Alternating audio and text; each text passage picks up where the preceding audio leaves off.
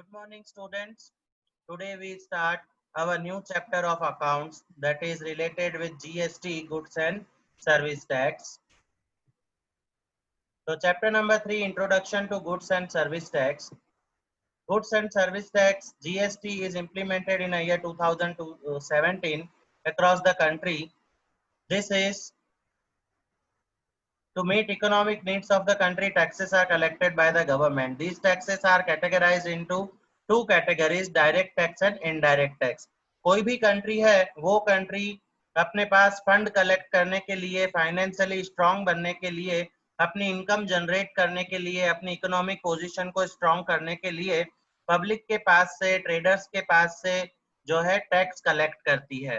तो उस टैक्स से गवर्नमेंट के पास पैसा कलेक्ट होता है, फंड कलेक्ट होता है और उस फंड का यूटिलाइजेशन वापस पब्लिक को ही फैसिलिटीज देने के लिए किया जाता है। जैसे ब्रिजेस कंस्ट्रक्शन करवाए जाते हैं, रोड कंस्ट्रक्शन के कामकाज चलते हैं और जैसे रेलवे इंडस्ट्रीज हम देखें तो पब्लिक की सर्विसेज के लिए ज्यादा से ज्यादा उन टैक्सेस का यूटिलाइजेशन किया जाता है और ये टैक्स कलेक्ट किया भी जाता है पब्लिक के पास से। So to meet the economic needs of the country, taxes are collected by the government. अब ये दो कैटेगरी में डिवाइडेड हैं, direct tax and indirect tax. Indirect taxes are collected by central government, state government and government of union territories.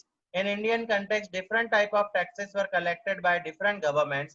Because of variety of indirect taxes and compliance of their separate legal provision from the viewpoint of its management, it was very complex.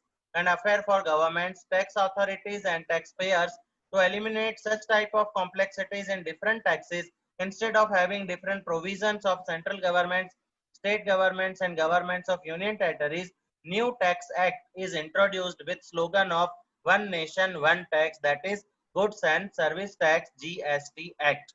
It became effective from 1st July 2017 in a country. GST can be explained as follows.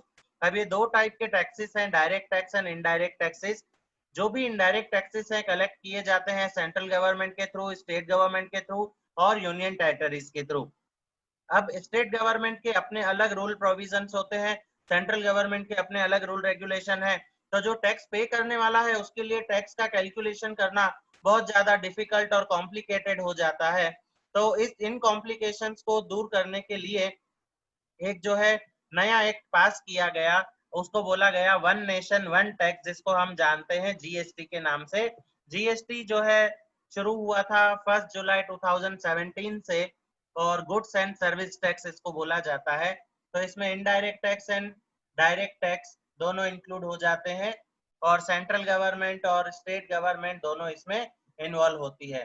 तो explained as follows, indirect taxes of central government and plus indirect taxes of state government and union territories government is equal to GST। मतलब central government और state government दोनों के tax इसमें involve किए जाते हैं और दोनों इन्वॉल्व होके बन जाता है जीएसटी। सो इनडायरेक्ट टैक्सेस में central sales tax, central excise duty, central custom duty and service tax, all taxes are withdrawn और कैंसिल्ड। और indirect taxes government state government के आ जाते हैं VAT, value added tax, purchase tax, sale tax और entertainment tax. इन सबको involve करके एक बना दिया गया, new tax came into effect from 1/7/2017, that is GST. ये सारे पुराने टैक्सेस थे जो अलग अलग तरीके से कैलकुलेट किए जाते थे, अलग अलग परसेंटेज पे, अलग अलग जो है रूल रेगुलेशन के साथ कैलकुलेट होते थे अलग अलग स्टेट्स में। उन सबको रिमूव करके एक टैक्स कर दिया गया पूरे देश में, जिसका नाम है GST, goods and service tax. So Central Goods and Service Tax Act (CGST) Act, in this act provision pertaining to central goods and service tax are covered। इसमें सेंट्रल गुड्स सेंट्रल गवर्नमेंट के through tax collect किया जाएगा। Then State Goods and Service Act, this provision pertaining to state goods and service tax are covered। जो गुजरात के अंदर अंदर, राजस्थान के अंदर अंदर, पंजाब के अंदर अंदर, एक ही स्टेट के अंदर अंदर जो टैक्स गुड्स और सर्विसेज प्रोवाइड होगी उस पर टैक्स कलेक्ट किया जाएगा। देन यूनियन टेरिटरीज, जो भी हमारी यूनियन टेरिटरीज रीजन्स हैं वहां पे टैक्स कलेक्ट होगा। Then integrated goods and service tax act, in this act provision pertaining to supply of goods और सर्विस और both mode other than own state और यूनियन टेरिटरीज। जैसे कोई ट्रांजेक्शन हो रहा है, सपोज हम गुजरात के ट्रेडर हैं और राजस्थान के ट्रेडर के साथ हम लोग डील फाइनल कर रहे हैं, ट्रेड एक्टिविटी कर रहे हैं, तो हमारा गुड्स जो है गुजरात से राजस्थान जा रहा है, तो गुजरात गवर्नमेंट और राजस्थान गवर्नमेंट इसमें दो इंक्लूड हो रही है, दो स्टेट इंक्लूड हो रहे हैं, तो जहां पे दो स्टेट इंक्लूड होते हैं वहां पे IGST integrated goods and service tax include होता है, तो उसमें सेंट्रल भी आ जाएगा एंड स्टेट गवर्नमेंट भी टैक्स भी इंक्लूड हो जाएगा। Then goods and service State Compensation Act, the GST Compensation Sales Act. Due to implementation of GST, those states who are having loss of tax collection for their compensation, this act is formed. Under the Compensation Act, the state government whose tax collection will be reduced will be compensated with the same. These 5 acts are shown for knowledge of students and not expected for examination. ये exam में आने वाले नहीं है, ये खाली हमको थोड़ा सा इंट्रोडक्शन के तरीके से नॉलेज दिया गया है। Now meaning and special features of GST. So different taxes of central government and state government are withdrawn and goods and services are covered under one tax. This tax is known as goods and service tax. अलग अलग states के बीच में या पूरे country के बीच में जो भी गुड्स और सर्विस के ट्रांजेक्शन हो रहे हैं उन सब के लिए वन टैक्स अनाउंस किया गया है, डिक्लेयर किया गया है, उस वन टैक्स को बोला गया है one tax and one nation, उसको बोला जाता है GST. Tax which is applicable on supply of goods and service is known as goods and service tax. It is acronym form is GST. This special feature of GST are as follows. सबसे पहला ये one tax है, goods and service are covered under one tax only, पूरे देश में एक जैसा लागू होगा। Tax collection on supply, taxes collected on supply of goods and completion of service instead of tax collection on production और sales of goods और providing of service.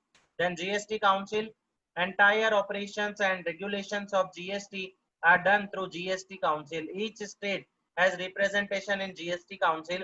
The finance minister of central works as chairman of this council. Her state के लिए एक जो है council बनाया गया है कि उस स्टेट में कुछ भी टैक्स से रिलेटेड उनको इशू है, प्रॉब्लम है, तो वो अपनी प्रॉब्लम अपने रिप्रेजेंटेटिव के थ्रू फाइनेंस मिनिस्टर तक पहुंचा सकते हैं। GST rates, all GST rates are recommended by GST Council. Import GST, imports of goods and service are treated as interstate supply. जो हम दूसरे स्टेट से या दूसरी कंट्री से गुड्स मंगवा रहे हैं, परचेज कर रहे हैं, वो import GST. Input tax credit, GST paid on purchase is allowable deduction from sale of goods and service. जो भी हम गुड्स सेल कर रहे हैं उन पे जो भी डिडक्शंस अलाउ हो रहे हैं उसको बोला जाता है input tax credit. So GST paid on purchase is allowable deduction from sale of goods and sale of goods and service. कोई भी सर्विस सेल हो रही है या गुड सेल हो रहा है तो उस पे उसके परचेज पे जो डिडक्शन अलाउ किया गया है उस पे होगा input tax credit. Then tax distribution and appropriate tax distribution system for central and state government is made available in this tax. Tax determination, old tax rates on goods and supply are determined on the basis of heads of goods and services. Predetermined tax rate structure, applicable tax rates predetermined tax structure is made available. मतलब हर एक goods और service के लिए जो भी rate of tax है, percentage है, वो प्री डिसाइडेड है। 5 GST acts, in a context of GST 5 acts are pass.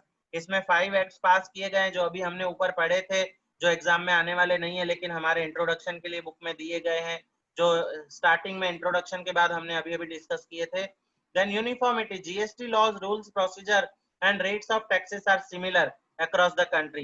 So for goods and service tax the word GST is used. इसके बाद हम आगे बढ़ते हैं। तो supply of goods or service or both. The terminology of supply is used in place of rule of goods and service or both. The supply of goods or service or both are supplied within the state union territory or outside the state union territory. It can be disclosed as follows. जो भी goods का supply होता है वो with in Gujarat भी हो सकता है और आउट ऑफ गुजरात भी हो सकता है, मतलब विद इन कंट्री और आउट ऑफ कंट्री या विद इन स्टेट और आउट ऑफ स्टेट भी हो सकता है। सो सप्लाई ऑफ गुड्स और सर्विस और both, so supply with in the state union territory, with in own state union territory, मतलब खाली अगर हमारे गुजरात के अंदर ही गुड्स का सप्लाई किया जाता है तो उसमें इंक्लूड होता है leviable tax, central goods and service tax CGST and state goods service tax SGST. इसमें दो आते हैं सीजीएसटी एंड एसजीएसटी। सीजीएसटी और एसजीएसटी किस में आएगा? गुजरात के अंदर अंदर गुड्स का सप्लाई हो रहा है, राजस्थान के अंदर अंदर गुड्स का सप्लाई हो रहा है, महाराष्ट्र के अंदर अंदर ही गुड्स का सप्लाई हो रहा है, मतलब विद इन द स्टेट, एक स्टेट के अंदर अंदर सप्लाई हो रहा है, तो CGST एंड SGST आएगा। And supply out of the state union territory other than own state, जैसे गुजरात से राजस्थान में सप्लाई हो रहा है, गुजरात से पंजाब में सप्लाई हो रहा है, गुजरात से महाराष्ट्र में सप्लाई हो रहा है, तो आउट ऑफ स्टेट जब हम सप्लाई कर रहे हैं तो leviable tax integrated goods and service tax, इसको बोला जाता है IGST, integrated goods and service tax. Supply with in state, under this category supply, purchase, sale, the supply of goods or service both confined to own state or on union territory. In this case supply two types of taxes are collected, central goods service tax CGST and SDST GS state goods and service tax। जब with in Gujarat Gujarat हो या with in Rajasthan हो, with in Punjab हो, एक ही state के अंदर अंदर हो तो SGST एंड CGST, और आउट ऑफ स्टेट हो तो IGST गुड्स टैक्स कलेक्ट किया जाएगा। कुछ हमको एग्जांपल्स दिए गए हैं यहाँ पे। Goods of 10,000 sold by trader of Ahmedabad to the trader of Rajkot. देखो अहमदाबाद से राजकोट में ट्रेड हुआ, मतलब विद इन गुजरात हुआ है, रेट इज 12%, so ये GST will be levied and collected on rupees 10,000 at 12%, rupees 1,200, 50% of 12% will be recorded as CGST and remaining 50% as SGST in brief। अब इसमें दो टैक्स कलेक्ट होंगे पर दोनों पे अलग अलग 12% नहीं आएगा। 10,000 का एक 12% आ गया, मतलब 1,200, उस 1,200 में से जो 600 रुपए होंगे वो SGST के होंगे और बाकी 600 रुपए होंगे वो CGST के होंगे।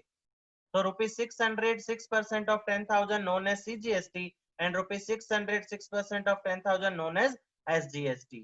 फिर आता है अपना supply outside state union territory. अब आउटसाइड गुजरात, अगर हम गुजरात से बाहर ट्रेड कर रहे हैं, मतलब अलग अलग स्टेट्स के बीच में ट्रेड हो रहा है, so under this category of supply the supply of goods और सर्विस और both are outside of own state और union territory. In this case of supply, only one type of tax is levied or collected. This is GST is known as integrated goods and service, means IGST. Suppose example, goods of 10,000 is sold by trader of Ahmedabad to trader of Jaipur। Ahmedabad का trader है, वो जयपुर के trader को goods sale कर रहा है, मतलब trade किसके बीच में हो रहा है, गुजरात और राजस्थान के बीच में, अलग अलग स्टेट्स यहाँ पे इन्वॉल्व हो गए। तो GST रेट इज 12%, तो 10,000 का 12% हम कैलकुलेट करेंगे, हमको मिलेगा 1,200 and 1,200 will be recorded as IGST। मतलब यहाँ पे SGST और CGST अलग अलग नहीं आएगा, यहाँ पे एक ही टैक्स इंक्लूड होगा IGST, और उसमें भी कितना इंक्लूड होगा, 12% इंक्लूड होगा। So when transaction of supply is done by the trader within our state union territory is known as intra-state supply, while transaction of supply is done by trader outside of our state or union territory is known as interstate supply। अगर अलग अलग states के बीच में trade हो रहा है तो उसको बोलेंगे इंटर स्टेट सप्लाई, लेकिन विद इन स्टेट गुजरात के अंदर अंदर अगर सप्लाई हो रहा है उसको बोला जाएगा intra state supply. So details of applicable GST for acquisition purchaser and seller of goods and service or both। तो ट्रांजैक्शन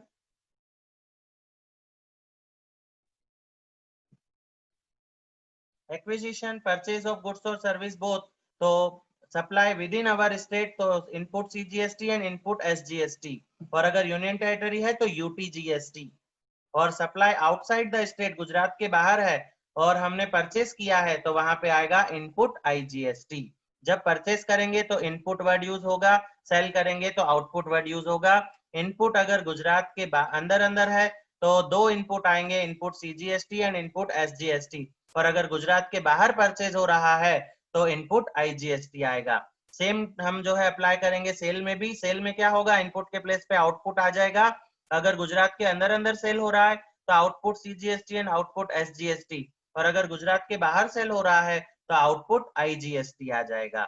ये कुछ चीजें आपको ध्यान रखनी है। ये इस चैप्टर में तो कोई प्रैक्टिकल सम नहीं है, बट इसके बाद वाला जो जर्नल एंट्री वाला चैप्टर है उसमें ये नॉलेज हमारे लिए यूजफुल होगा। So note, in all subsequent chapter above stated terminologies are used in the context of GST. Students should carefully study these. For intra-state supply, SGST is applicable, while for intra-union territory, UT GST, union territory के लिए UT GST आएगा, is applicable. For transaction between state union territory and other state union territory, inter-state transaction, ISG is applicable. Now benefit of GST. अब GST के क्या क्या हमको benefits मिल रहे हैं, तो जीएसटी के बेनिफिट है सबसे पहला one tax in place of different indirect taxes of central government and state government, these taxes are subsumed in one tax only and that is GST. जैसे गुजरात और राजस्थान के बीच में अगर ट्रेड हो रहा है तो एक ही बार 12% हमने कैलकुलेट कर दिया और लिख दिया आईजीएसटी, और गुजरात के अंदर अंदर अगर ट्रेड हो रहा है और 12% कैलकुलेट किया तो 12% का 50% गुजरात गवर्नमेंट के पास रहेगा, 50% सेंट्रल गवर्नमेंट के पास जाएगा। तो यहाँ पे दो टैक्सेस आते हैं, सीजीएसटी एंड एसजीएसटी। तो वन टैक्स। फिर आता है simple tax system due to withdrawal of different indirect taxes, अलग अलग दूसरे दूसरे रूल रेगुलेशन और कैलकुलेशन इसमें से रिमूव कर दिए गए हैं, इसलिए ये सिंपल हो गया है। Removal of double taxation before implementation of GST, tax payer had to pay double taxes which is removed under GST. GST के पहले कैलकुलेशन इस तरीके का होता था कि टैक्स पे करने वाले को डबल टैक्स पे करना पड़ता था, जो रिमूव होकर के जीएसटी में फायदा मिला है। Benefit of price reduction, GST implementation has brought price reduction in goods and services।